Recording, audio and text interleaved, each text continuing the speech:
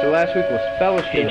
Jesus Christ. This week is forgiveness and salvation. Hello and welcome to A God We Could Believe In, a frank and honest look at Christianity as we find it today. We're going to be looking at the things the church says and does that are embarrassing, confusing, or even downright offensive. In other religious contexts, your questions might be forbidden, but not here. So whether you're a lifelong churchgoer with the scars to prove it, or you've never entered a church and are just interested in the debate, this is a safe space for you. In that spirit, we're diving headlong into questions of sex and relationships, covering topics from marriage and purity to sexuality and masturbation. We'll be looking at issues of abuse, gender and identity, so listener discretion is advised. Please look after yourselves. Today we're responding to your questions in response to our latest episode, We Need to Talk About Patriarchy. Can God talk ever be redeemed from patriarchy? Where have we seen patriarchy at work in our lives? And are there any positive principles for relationships that we can derive from the Bible in spite of its patriarchal context?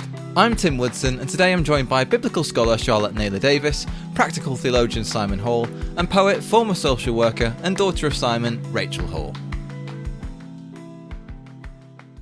Well, hello everyone. We are back on this first week of the new year as starting, and we are very tired, I think. Yes. But glad to have had a good break. And this week we are going to comment on our episode, the most recent episode on patriarchy, which I think was a fundamental in the series. So if you haven't listened to that already, please do go and listen. But Rachel, you weren't part of that episode, were you? No. So we wondered if you might have some reflections having listened to it. So I have a confession. I listened to it this morning and I had to listen to it on 1.6 speed. And I'm going to be honest, I was sitting in my room and I was looking at pictures of Harry Styles on Pinterest, and Dad came in and he said, "Do you think you should listen to the episode?" And I went, yes, I do need to do that. So Harry Styles is very unpatriarchal, so that's okay. Isn't he just? Well, so that's where he found me, right? When I was, then had to like left field into patriarchy. Great. So I think I don't really know how to offer my thoughts. So I made notes. The first thing that I thought was really interesting is, as a listener, I wanted answers. And I was like, isn't that so funny? Because I've spent the whole time being like, we're not giving answers. We're just having a conversation. We're just having healthy debate. And then as a listener, I was like, I need answers. So that was interesting. Yeah. I think I personally feel like I got lost in the Bible of it all a little bit. And that might be because I was listening to it on 1.6 speed and, didn't sit with a lot of it. And I feel like the things that I wrote down that felt important to me, bits of it like kind of being made in God's image and yet being entirely different from God. Like part of like my gripe with the Bible is that that's so contradictory. I'm like, how can I be made in God's image as a flawed human and then be like vastly different? Thinking about how men and women participate to patriarchy, like how do we as women contribute to that? And I might be asking a lot of questions that we don't have time to answer now. A lot of what Charlotte was saying was that the women that we learn about in the Bible, we learn about in reference to the men that they impact. I was thinking about what wasn't written down, like about the women at the time, and why the stories that we do have, like why were they chosen? And thinking about retelling those stories, like how can we do that when the version that we have is the patriarchal version? Thinking about God having a male body, like God looking like your oppressor as a woman. If we're made in God's image, that I have a disabled body, what does that mean for me? I loved the like God is not gendered because God doesn't have genitalia. That really made me laugh. Also thinking about like Jesus being a real person, that person was a man, like what does that mean? We talked a lot about, I think, God being male, but what does it mean for us for Jesus to be male? And then at the end you guys started talking about doing that work of like as people with power. So Charlotte talked about being at the front of that room and her having to find a way to work with having that power. Realistically, what does that look like if we're asking people to kind of step away from this and acknowledge that they have power, whether that be in their friendships, in their relationships? Like, what are we kind of asking them to do? But then, that's me just wanting answers from the debate that you had. But those are the thoughts that I had at the time. Great. Loads of thoughts. Loads of thoughts, yeah. I'm writing them down. Just quickly, I guess my reflection on your reflections, Rachel, is there was a lot of stuff in there about I guess, the relatability of God, if we view God in gendered terms. And I thought that was really interesting as well, because Charlotte made the point in the episode that if God doesn't match physiologically how I am, then naturally that puts me at a disadvantage. And I think that's just such a profound gulf there, and one that, if we are kind of looking at it from a kind of deconstructionist point of view, is completely arbitrary. It's completely just been added in for the sake of whoever was in control of the interpretation at the time. The body of God, I mean, disability theology has gone a long way on thinking about this. Like Rachel mentioned that, if you've got a disabled body, and everyone's always talking about how God is a perfect being, and what they mean by perfect is, 4 limbs that work perfectly, a heart that works perfectly, a face that has no blemish, all of those kind of things. We end up in a really ableist world. And that has happened. And disability theologians talk about this a lot, that when we put an idea of our idea of perfection onto God and then create God back in kind of that image, what we say to people who aren't like that is, you are imperfect. Now, there's loads of theologies intertwining there around fallenness and original sin and those sorts of things that have been really damaging and bad for disabled people. So it's probably too much to go into in this Q&A. No, yeah. But I think what I was trying to say was that, like, language is a thing that constructs truth for us.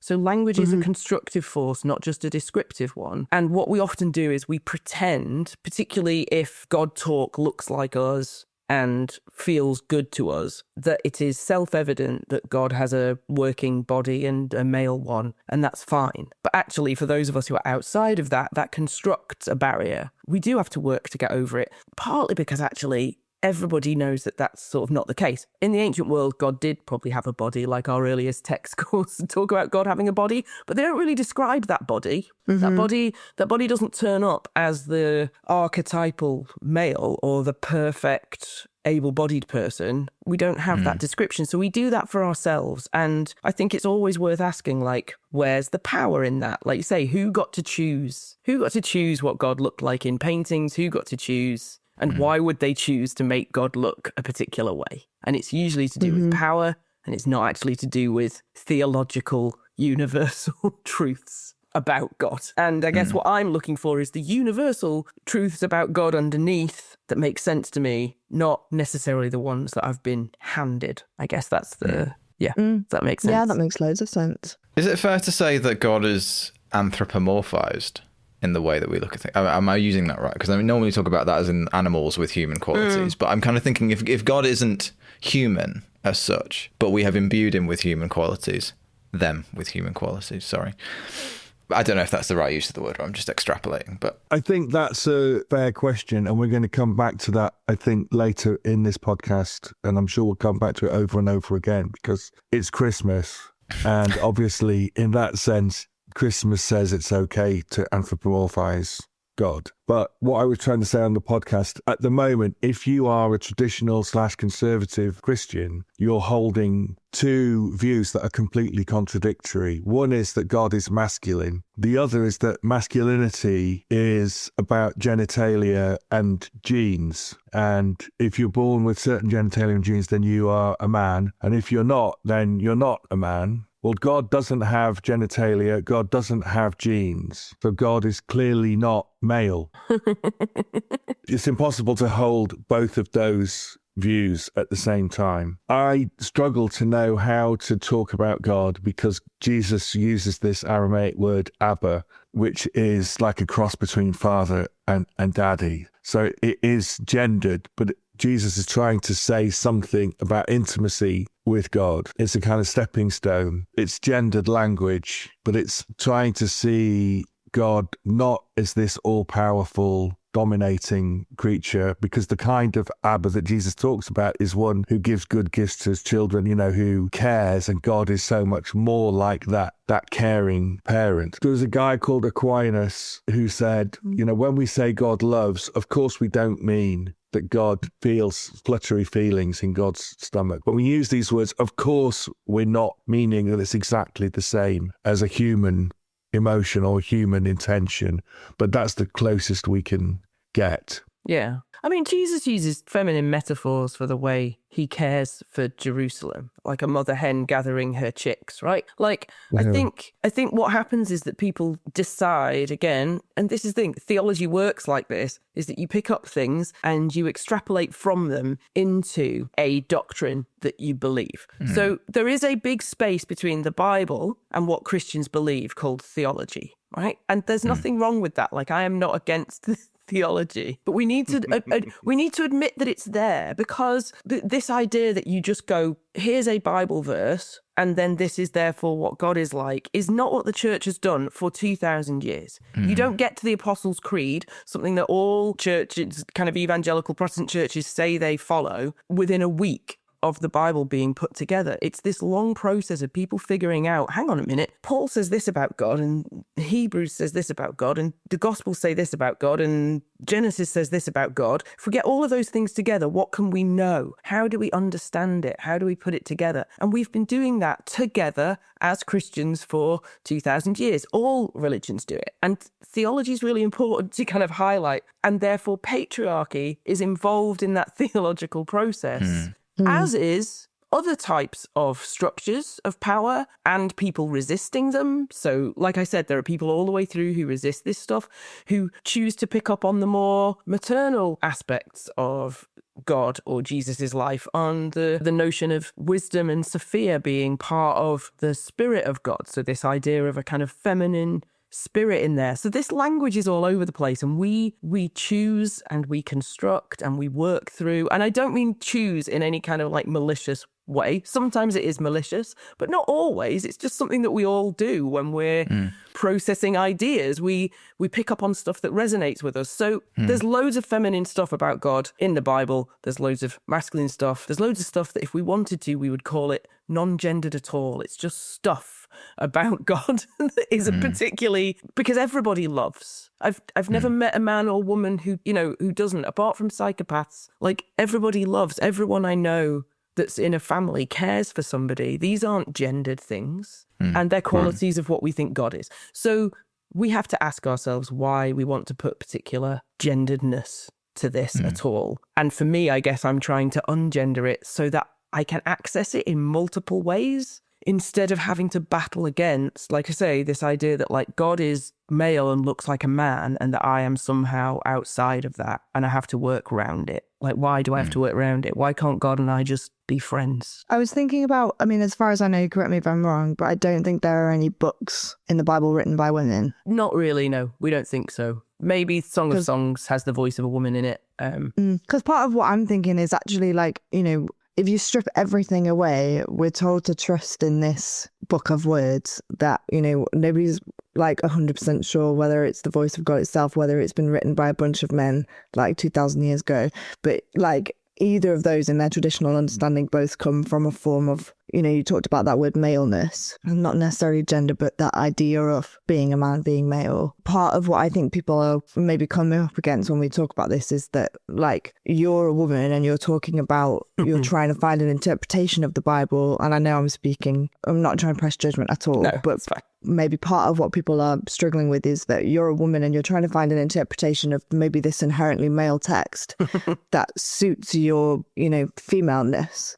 And people that don't believe that that is the right or correct interpretation, that's the struggle there for some of those people. Oh yeah, and I'm quite clear in lots of the work I do that I come from a feminist perspective as a biblical scholar. And I know that is a problem for some people. There's nothing much I've said in this, I guess, in the patriarchy episode that's particularly necessarily super feminist, actually. When I listened to it back, like, I wasn't massively extreme. Feminist criticism, one of the core questions that I was sort of raised on by the biblical scholars that I learned under was to ask the question that you asked, which is what wasn't written down, where are the gaps in the text, what's not there, is a very good kind of, it is a feminist question. It's only classed as a feminist question because basically until feminists asked it, no one was that bothered. It was like, well, this must be all of the knowledge that was ever there. This is it. Yeah. This is it. And then you add another framework and you go, well, why aren't the women mentioned? But also what that does for you is go, well, hang on a minute, all of these women are mentioned, right? Like, so you asked about reading the Bible in different ways. Well, one of the things is that if you start to ask just a simple question like, where are the women here? Or where are the disabled people? You go looking for them. One of the things that is remarkable about our admittedly very patriarchal kind of coded document is there are women all over it that do different things, that buck the trend. There's a apostle in Romans 16, a woman named Janaiah. And in the second century, Clement, who's a church father, writes a document where he says, how remarkable must she have been, not only to be mentioned by Paul, but to be mentioned as among the apostles by Paul. So he's going, hey, women aren't often mentioned like this. And this has made it in. She must have been extraordinary. So even our kind of earliest commentators on the Bible are going, we know that this is coming from a perspective of our world, which is mainly acknowledges men. And so when women are in it, they must be extraordinary women. So they're admitting that this is the space that they're in. They don't, we'd love it if at that point they'd have gone, and so we shall overthrow all patriarchy and start again. But it's there in our discussions, like I say, from the earliest. And it's not that if something's written in a patriarchal space, then it's useless. I mean, I'm sure people do find it difficult that a woman is commenting on the Bible and she's being critical of it. And if this is new for you, it would have probably been easier coming out of maybe Simon's mouth than mine. But I'm used to that. That's fine. That's a space I live in all the time. But that doesn't make that doesn't make the Bible not useful. It just means we need to think about the patriarchal context in the same way we'd think about the Jerusalem context of it or the Canaanite context of it. It's one point of context. It doesn't mean something is completely unusable. There are feminist critics who think it should all be thrown away. But there are also atheist critics who think it should all be thrown away. I mean, I'm not one of those. That's why I'm a biblical scholar, but I don't know if that answers the question, actually. Yeah, no, that was helpful. Thank you. One huge takeaway from me from this last episode is I think it made kind of crystally clear to me that belief is a choice and interpretation is a choice. So if you believe that the Bible advocates for a patriarchal conception of marriage and that should be reinforced, and I guess that's fine, but you need to be able to justify that. I think the thing about having a choice of how to interpret a scripture is you also then have to justify it, and I think that's important, really. I think there's nothing wrong with having lots of different interpretations. No. I think it's helpful to have lots of different interpretations, and it stops us from getting lazy and it stops us from getting too complacent, I guess. But people often look at the abolitionists and the slave movement, and they talk about the Christian underpinning of that. Well, that was a choice by those Christians to interpret the scripture one way and say that slavery is unjustified as a result of that. Now, there are plenty of people who've read the same text and gone the other direction. Yeah. And I guess there are probably people who are reluctant to admit that it's a choice. I think people who like to come or find comfort in religion because it gives them a system of belief, gives them a structure. And what we're saying is it can give you a structure, but that structure is imposed by other people, not by the text itself. And so you have to sort of take a bit of responsibility for that. I've derailed myself there. No, no, it's a good point. It is. I would never say that if you read the letters of Paul, what you're going to get is someone you're not going to get kind of a patriarchal idea from a man who lives in the first century and is embedded in patriarchal ideas. And you do get that from him. You also get other things and you choose to privilege one or the other. All Christianity is a negotiation with the Bible. And what's funny, I think, really, I say funny, it's not funny, ha. But in the latter half of the 20th century, there's been a push to say, no, we go straight from the Bible. The Bible says it, I do it, right? But most of our Protestant kind of church fathers, if you will, kind of our greatest Protestant thinkers from the Reformation onwards, said, no, I do Bible, tradition and experience, and I negotiate between those. For me, one of the reasons I keep coming back to the Bible, someone asked me recently, why even be a Christian in the way that I am, is partly because I experience God in this text. I do. I'm not afraid to say that. Doesn't mean I'm uncritical about it or uncritical about myself in the way that I engage with it or all of those things.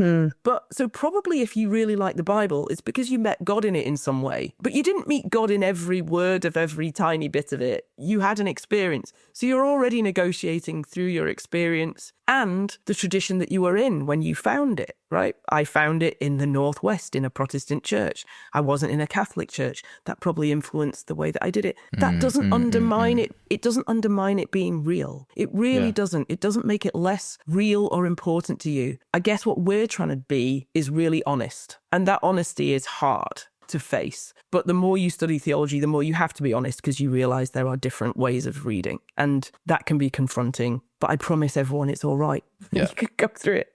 It's worth saying at this point that these are conversations that we're going to have over and over again because the Bible is a vital sort of source for what we talk about. I would like to say, I think, when it comes to patriarchy and the Bible, one of the things that we found, and I think one of the reasons we wanted to do this podcast, not just the one on sex, but this podcast at all, from the conversations we had early on between kind of me and Tim and Simon, is there are a lot of people who were told one thing in church, which is, it's really clear, pick up the Bible, read your Bible, what we're telling you is just what's in there. And then, having had some time away, quite a lot of people, particularly during COVID, when they weren't going to church, did as they were told, picked up the Bible, started to read it, and went, hang on a minute, this doesn't say things as clearly as I had been told it does. And my experience as a lecturer in universities teaching theology is that I get people in at 18 who have been told that the Bible is simple and clear. And then they start to read it and find it isn't. And they find themselves really unmoored by that. And they find themselves feeling very like, was I lied to? And they weren't lied to. They were given one particular perspective. But then it's really important to allow people to go, oh, hang on a minute. This feels patriarchal, is it? And get the answer, yes. Doesn't mean you have to throw it away, though. But let's play with it. Let's negotiate it. Let's have that conversation.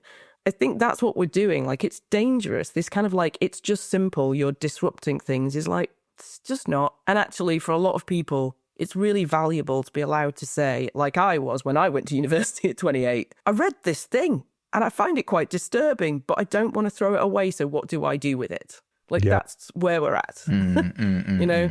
And again, if it's really simple for you, then that's also okay. But for lots of us, we're trying, we're wrestling with it because we want to keep hold of it. But actually, this kind of one line in the sand that people draw isn't working for sex and relationships, but it's also not working for the Bible. It's not working for theology.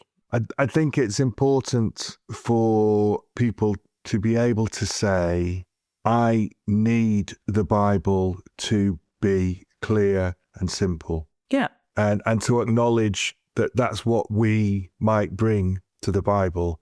I don't want it to be messy. I don't want it to be multivocal. I want it to be this pure diamond where everything is really clear. You have to kind of acknowledge that in yourself, that need, because that's coming from you. And we think that that's an unreal expectation to bring to something written over many hundreds of years by dozens of people. It's a different thing. It's a conversation that we get to join in the conversation. You might want the Bible to speak with one clear voice. Don't listen to us if that's what you want. So to bring it back to patriarchy, which was the episode we were on, I can't make the Bible not a patriarchal document. It is one. It is written by men, and most of the things in it are addressed primarily, when we get down to households and things, they're addressed to men. And that's partly because the people writing them are trying to address the problems in the patriarchy that they're encountering. So you don't have instructions if everything's going well, right? So one of the positives of that is for me to be saying, look, you know, you've got a household code, or you've got somebody like Paul talking about how you should treat your wife well because people are not treating their wives well. You've got Jesus addressing divorce because people are not doing that well. If everyone was doing it fine and the patriarchy was running perfectly and it was good for everybody, there's no need for anybody to have that conversation. But we have to understand that that's its context. So again, women are quiet in the text. They are not at the forefront. Their voices are not at the forefront. And that's just something we have to wrestle with and deal with and wrangle with further. But that is where it is. So I've got a question for you guys. My question is, coming out of the Bible, let's go into culture, which is more where patriarchy needs deconstructing. Given the sorts of ways that I talked about what patriarchy is and how it turns up, how have you seen it turn up in your work or in culture, like in the films you like, in the books you read, in the workplaces that you're in? Where have you seen it? And I'm going to go Tim or Rachel first because Simon works in the church, so our examples. I think the first thing that comes to my mind is my experience working in social care, so a predominantly female workforce. But most of the team managers were men. And what you talked about in that episode was about power and where power lies and who is handed that power and how they enforce that. And to critique those managers, not all of them had been social workers for a particularly long time. But, you know, if we're thinking about patriarchy, they became managers because of the fact that they were men in a very, very female workforce, and there's not a lot of men to go around. And that for me was hugely ironic. And, you know, there were people that I thought that had been there way longer, were way more qualified to lead the teams in that workforce. But those people were women. And being a young, you know, this person was like 10 years older than me, being a young woman in that environment and this person having a team full of women. There was one point in the whole 2 years I was there, we had another man on the team. And most of the time it was all women who all, you know, are at different stages of their lives, whether they're menstruating, whether they go through menopause, whether they're married, whether that, you know, whatever we were going through as women. The person that we were having those conversations with about how we were handling our work, like the emotional impact of our work, that was all being directed to this man. And there were so many times where I was either gaslighting myself or was being gaslit by him and just being made to feel hysterical and emotional and not good at my job and like I was making a fuss and, you know, I was being difficult on purpose. And there were so many times where I would cry in front of this person and he just did not have the emotional intelligence to know how to respond or deal with that well. And there was one case that I had where the mum was like significantly mentally unwell and they lived on a pretty dodgy estate. And I would go to this house in like the depths of winter in the dark. Very safe situation for me as a disabled person that can't run away. Like this flat that I was going to was up like 6 flights of stairs. And when I was getting to a point in my social work career where I was just like not able to withstand the avalanche of the impact of that job anymore, I was having to kind of refer to him to do some of those visits for me. And he did, this is like, I don't know how tall he was, but he's a pretty big guy. And he went to this estate and did this visit for me and came back to the office and was like, oh, you know, like I'm a like 5'11", yeah, however tall he was like, I'm a big guy. And I felt scared going to that house. Yeah. And I just remember laughing at him and being like, and he, you know, he was kind of saying to me like, oh, I could understand why you feel scared now. And I was like, are you joking? Like, I'm like a small, petite, disabled woman, you know, like just there were so many times in that career where I was just like, I don't quite understand why, like how you got where you are. Like you are not emotionally intelligent. You like, you know, are trying to lead this team of women, like really excellent, capable women. Yeah. And, you know, if you strip that back, I like genuinely believe that he's there because he's a man. Yeah. And that for me is like a big example of like, you know, gender being rewarded over competence, really. Yeah. Well, I mean, I think a lot of my examples would be on a similar line. There is an assumed competence about men that women have to earn or feel like they have to earn.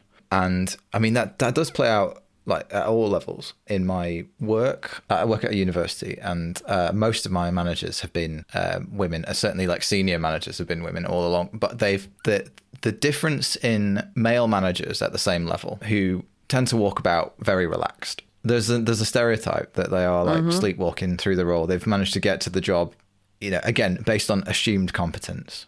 It feels bad because I feel like men, you need to earn that confidence. We need this is a call to men generally. Really, you can't change the experiences of the women around you. They've had that experience. They've had to work harder to get to where they are than you have, and that's just most cases. That just is true in a professional workspace. That just is the case. So I think men owe it to those women to work as hard. Yeah. And to be, take it as seriously and to understand how that innate confidence has impacted you when going for interview your assumption about what your role can be. I see it in music as well. So I put gigs on every month or so, and it's like 5-1 the ratio of people who get in touch, men to women. So for every one woman who approaches us to ask for a gig, 5 men will have already approached. And so if you're interested in trying to do gender balanced lineups, that makes it really hard because you're always fighting to find women. Yeah. And it's like it's never about ability. No. Like there are so many phenomenal. I mean, I'm just talking about the lead scene because that's the scene that we're on. But there are so many phenomenal musicians. But there just are more men because they've just. It's the barrier to entry feels so much lower. Yeah.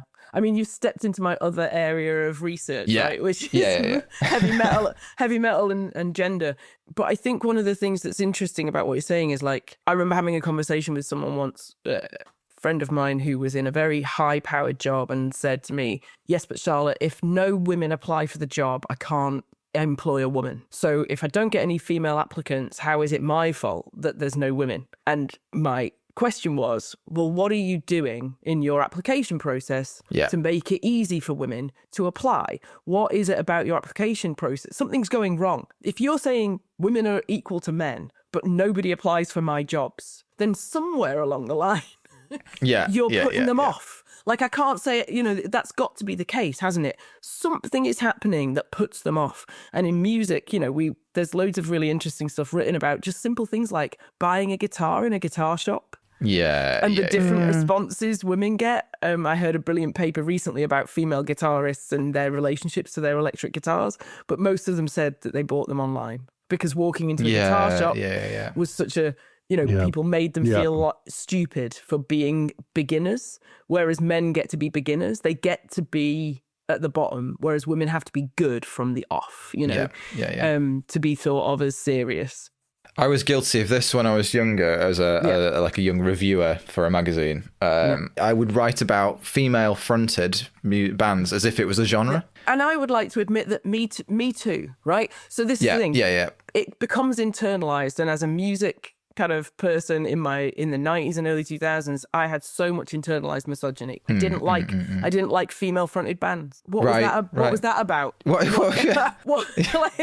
that's where I've come from. So again, these things are not like I was born a feminist or I was born unpatriarchal. It's like, no, because I thought that male fronted music was just better. It's just better, wasn't it? Like girls are girly and I'm not girly, so like just such misogyny. I used to work for a large charity and was sort of a senior manager and therefore involved in advertising. I heard a bit of folk wisdom. I don't know if it's statistically true, but that this was 20 years ago, that when a man sees, definite requirements in a job, he treats those as kind of optional. And when a woman sees optional requirements in a job description, she sees those as necessary. And therefore, how you write the job description, the person specification is really important. Back in the days of old cathode ray tube televisions, there was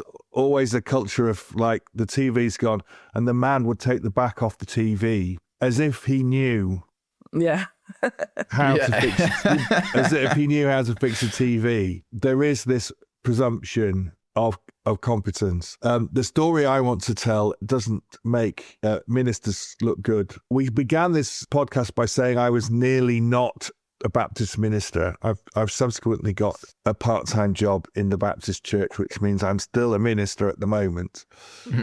Which means I was in a Facebook forum for Baptist ministers, and a minister was saying, "Oh, there was this really great conference that I wanted to go to, but the first day is only for women. Therefore, I'm not going to go to this unless they also put on a day that's only for men." Because they are clearly prejudiced against men. So hard being a man. How do you do it? Yeah.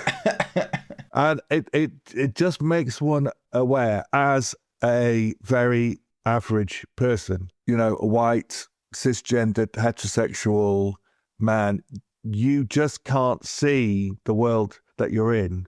You can't understand how everyone else is working to support you. The world is predicated on your privilege and the fact that you're at the center of the universe. You just feel like you just assume everyone feels the way that you do. And when people try to change things, it must be because they want to get one up on you. Yeah.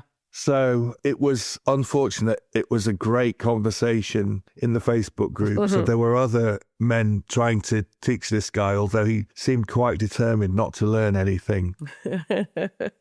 So I think there's something interesting again there of like that any positive action, talking about kind of like, say, the word feminism, but any sort of positive action for a marginalized group is trying to undermine the majority group. And it's like, no. And that's a problem in itself with what we were talking about with power dynamics and how power works, is people will say that they aren't attached to their power. And then someone goes, well, here's this thing, but it's not for you. And suddenly you're really offended by that. It's like, well, maybe you're more attached to the power than you think you are. If somebody else getting something threatens what you already have and that is nobody's trying to take away, then maybe you are more attached to power than you think you are. And you have to have a little chat with yourself about that. Because having a woman's day doesn't mean that any of the other days are taken away from you, and yet somehow it threatens you anyway. I thought, Rachel, I was really struck by your guy saying, oh, I've been to that estate now and I get it now.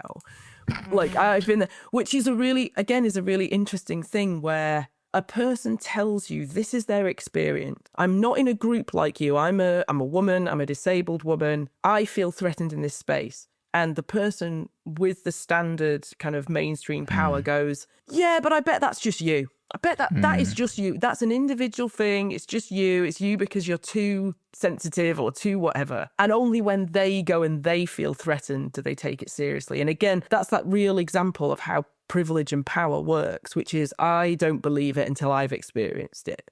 It's the people who are like, now that I have a female child, I suddenly realize that men are threatening. And you're like, women have told you that for a really long time, but now it threatens something of yours. Now it, the fact that he couldn't just believe you is an example. It's a perfect example of how kind of patriarchy works out. It's the same, and it's worth saying that is exactly the same with the way that white people often respond to racism. So that someone will say to them, I'm experiencing racism in this situation, and we'll go, are you though? Or is it just that one person who's just a bit of a dick? And it's like, no, if someone who experiences racism all the time tells you it's racism, I don't get to say what's racism. Like, because I don't know what that feels like, but it happens all the time. And I just thought it was a perfect example of that kind of like, oh, you were hysterical until it was him in a dark estate. It's so textbook of like, and just me having to rebuild my trust in my own instincts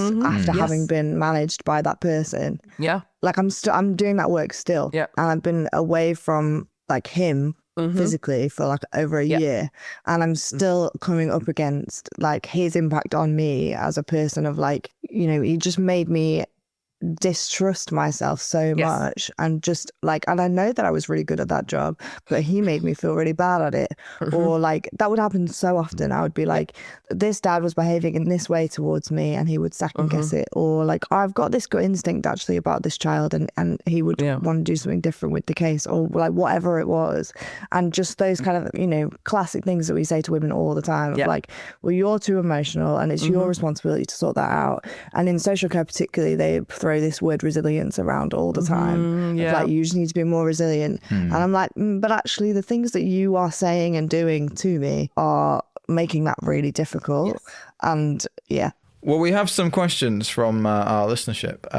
Funnily enough, actually, I'm reflecting on it now, and I think our ratio of female to men questioners is also similar to the similar ratio to the people who come to gigs. So please, women, and I know there are lots of women who listen, and I think there are possibly more women than men who listen. So if you've got questions for us, please send them in. We would love to hear from you. But no less valued are the questions that we've had today. So one question was that looking about particularly the image of God, and related to what Rachel was saying earlier. So if images of God are so embedded in patriarchal systems of belief, can God talk ever be redeemed from patriarchy? Yes. Great. Moving on. Sorry, Charlotte, do you want to expand?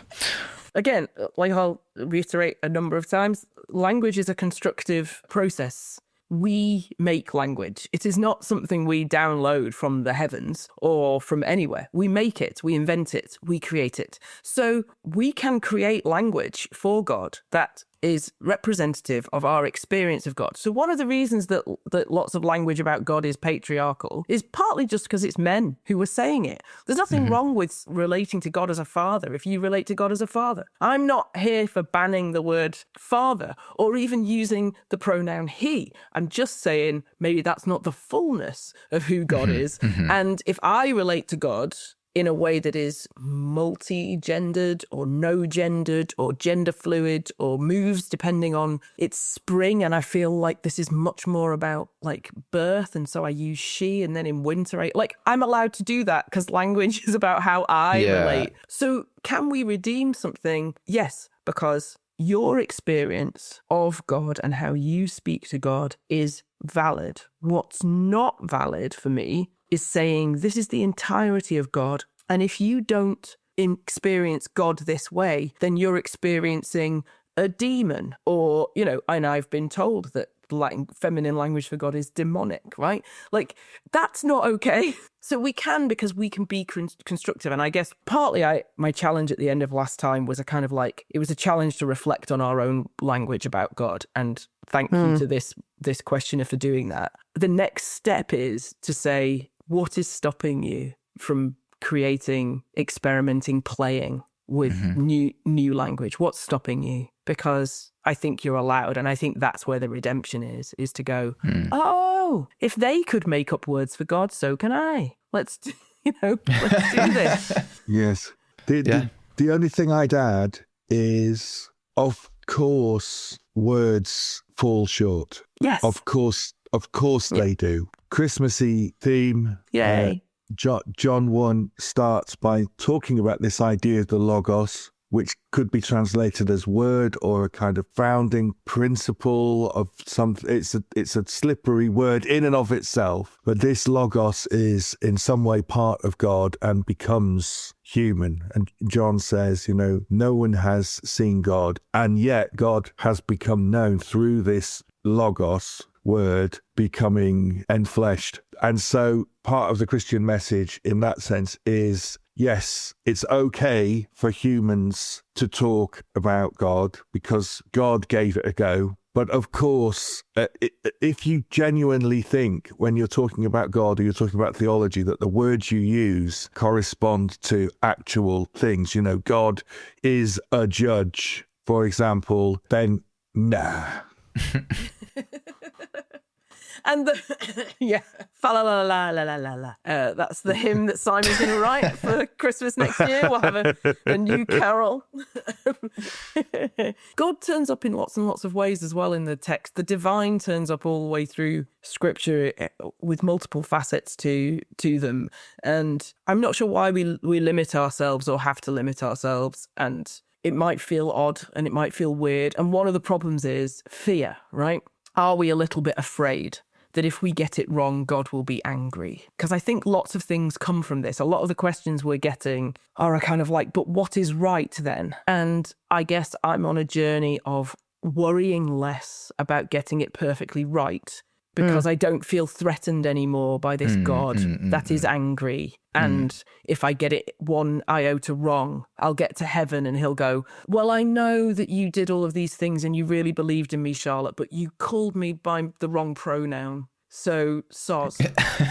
I just think God is bigger and more loving and more expansive than I could understand. And so finding a way to talk about God is a redemptive process, I think. Again, can it be redeemed? I don't think things are redeemed once. I think redemption is a process we're in where we're trying to be redeemed. And so actually this is a process, and let's play in it and know that that's okay, that there's space for that. Yeah, that's where I'm coming from. I think related to that, and to expand on what I was saying earlier about choice, the reason I believe that you can choose what you believe when it comes to this is because there is no one system that is big enough. No one decision you make about how to view God is going to be ever big enough to capture the reality. So, again, why limit yourself? To if we're going to talk about in terms of fruit, for example, it has bad fruit. Patriarchy has bad fruit. So why limit yourself to that? It just does. But we talked about it today. It's nice, I think, to give myself permission to do that exploring, because I think having grown up in church, I do just think I have this kind of innate, this is what I've been told by adults as a child, therefore it must be true, and I just shouldn't question it because I trust the adults around me to tell me the truth, and that's it. And actually, I've not ever really done that exploring for myself as an adult, separate from, I'm kind of I can make my own conclusions now. I don't need to be told in the same way that you would tell a child. And actually, I'm looking forward to doing that exploring, because actually I'm not confident at what conclusion I will arrive at. But it's going to be interesting just to ask myself those questions of how would it feel to use that pronoun? How would it feel to approach God, not as a father, but as something else? And I'm excited to do that. Oh, good. I mean, the secret that people don't tell you is that all of our greatest theology comes from people sitting down and thinking, what if God was like this? That's all our greatest theology. All the theology that evangelicals rely on, all the theology that Catholics rely on comes from somebody at some point going, I read that God was like this. How does that work? When we're this is stepping into the tradition of the church. We're not stepping out of it. This is what theology is. This is what tradition is. And Simon's grinning, but partly we're Baptists. We don't exist without somebody saying, hang on a minute, I heard that God was like this, so I'm going to live like that instead of the way I've been told. That's literally how Protestantism exists. Yes, so yes. And Baptists came into existence by saying it's not good enough for someone to tell me that's right, that they know what a Christian is and they can force everyone into that mold. We're called dissenters because we went to prison for saying the king couldn't tell people what to believe. So there you go. On that note, well, we have one last question. Having busted the myths surrounding marriage, what do you believe are the most important ingredients in providing a successful union? So now we are on a journey here, and we are we have been on a bit of a negative kick. That's fair to say, but that's because I feel like we're doing some important work to kind of unseat some of the ideas that we think are perhaps unhelpful, but we are going to pivot back round to something more positive. But as a sort of a proceed to that, what are our quick kind of ingredients for a successful union? What do you find helpful in your relationship, Rachel? I want to say that I'm not. I'm not. Could you just ask Rachel? I did ask Rachel. Yeah. It doesn't matter, Dad. You're the man. You can talk. Yeah, it's fine. No. Yeah. Just assert yourself, Simon. Go for it. Talk over me. It's fine. Literal patriarch in the room. I know. Respect. Right. Care, kindness, space to be myself and to be an individual within a partnership. Putting somebody else's needs before your own. Yeah. I guess, do you think those are things that principles you've derived from church, or are those things that you've found since kind of moving away? I think when I talk to people about faith now, and I find an instinct within me to want to defend my choice to still engage in that despite not currently going to church in an organised religious space. Part of me is like, regardless of all of this noise, the kind of torch that I will always carry, the candle that I will always have, is that I think that we are being told to treat people well and to treat people the way that we would like to be treated, and to be kind to our neighbours, and to create community, and to involve the children, and to take care of each other. And, you know, all of that imagery I think is beautiful. So like when we think about how to do relationship well, I think about the way that Jesus treated people, and all of that I've just said, I think is how Jesus demonstrates care to people. He goes to the people that other people ignore. He washes people's feet. He lets the lepers in. Like, he does all of that bowing down to other people despite being this kind of great person. Yeah. And good relationship is not like, I'm the most important. It's like, I love and care about you, and I want to help you be better, help you grow. And that is Jesus to me. I don't want to say much more than what Rachel has said, other than in the letter to the Galatians, Paul has some great lists, and he has one list of things that sound like a Saturday night in Leeds. A drunken, actually quite masculine night out of fighting, and another word that begins with F. And just my version of the Bible uses the word carousing, which is a great word. Paul says the fruit of the Spirit is something different. It's something that you might be tempted to think of as gendered in a more feminine way. But Paul says, no, this is what you look like if the Spirit is working on you. And for me, marriage is the place where you learn how far you fall short of that. In that sense, marriage is a place where you learn to love. And then for me, part of Christ-likeness is that circle of love includes more and more people. Yes, it might be children, but church is a way of including diverse people. You know, for me, God's love is about that laying down one's life for all humans, all creatures, all of creation. Ultimately, that God is stretching that circle of love, but it begins, in my life at least, with marriage. So that's a kind of crucible in which I am regularly heated up to melting point and purified. That's as much as I'll say. I mean, I agree with all of those. I think there's not a rule. Like, I think what we're all keep coming back to, and when I read even the bits of the household codes that I keep talking about in Ephesians and Colossians, the underlying principles are about, as you know, Rachel said, like love and trust and putting others' needs before your own. And like, these are not rules for how a hierarchy works. They're implications for how you relate to somebody. And I think that's the thing for me, is that this stuff has to be about how we relate to humans, not how we lay down a framework and make people fit into it.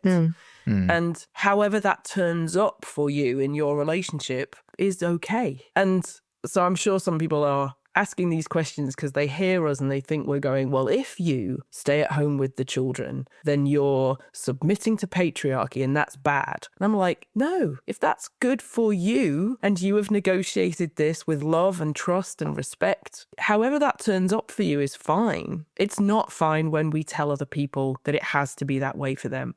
So that kind of, all of the things that Rachel said could turn up in a relationship and look massively different depending on the personalities of those two people, but those underlying things would be the same. Yeah. Like Simon said, kindness, gentleness, self-control, love, you know, the fruit of the Spirit. If they're turning up in your relationship, it's going to be incredible, right? And if you're able to exercise those, it's going to be incredible on the behalf of somebody else. Be kind to them, be gentle, be loving, control yourself, you know, not be selfish. Great. I mean, I don't know how, Paul says it, there's no law against those things. You can't make a law against those things. Yeah. Those things are really great. Yeah.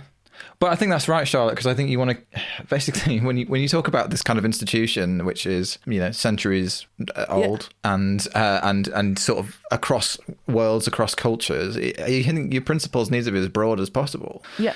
And so for me, the fundamental is I love my wife and I want her to flourish. And so like all of the good stuff in the Bible about like how the world should be, the kind of the Eden ideal, and then all that kind of stuff. That's what I want for that person. And so if I structure our lives around how do we in whatever ways possible try and bring that about, then that feels good. It's not exclusive, not gendered, not exclusive to marriages necessarily, but that's what I want in my relationship. I think I want that. I'd like that. That'd be lovely. Thank you. Yeah, I want that for you as well, Charlotte. As the one who's as the single person in the room, that'd be lovely. I think it's strange, isn't it? The nervousness around saying, these structures don't have to have a frame, like this sort of rigid framework. It's like, I don't know what the nervousness is there, because again, if these are the natural things that are supposed to turn up when we are in line with Christ and we're in line with God and each other, then they'll turn up. You don't need to legislate my body for that. If this is how love turns up in the world, it will turn up in the world if you're loving me and you're, like say, seeking to put me a husband is seeking to put his wife before himself, as Christ did the church. There's no need for this kind of this nervousness around like, well, we need to know what our roles are. We can work it out what our roles are. How that turns up in the world, that can be worked out differently. And again, we definitely don't need what we had until the mid 1970s and way into the 90s around sex. We don't need legislation that tells you can or cannot have sex with your wife. I don't think that's good. But we did have that until the 90s. But now we don't, because you have to work it out together. And that's probably better, because it's about love. Because then it's about love and trust and consent truly, and not about power. Yeah. And power wants rules because it wants to enforce it on other people. Patriarchy wants rules because it wants to enforce it on other people. Love doesn't need rules like that. Thank you so much for listening. If you've enjoyed this episode, then please make sure you subscribe wherever you get your podcasts so that you don't miss an episode.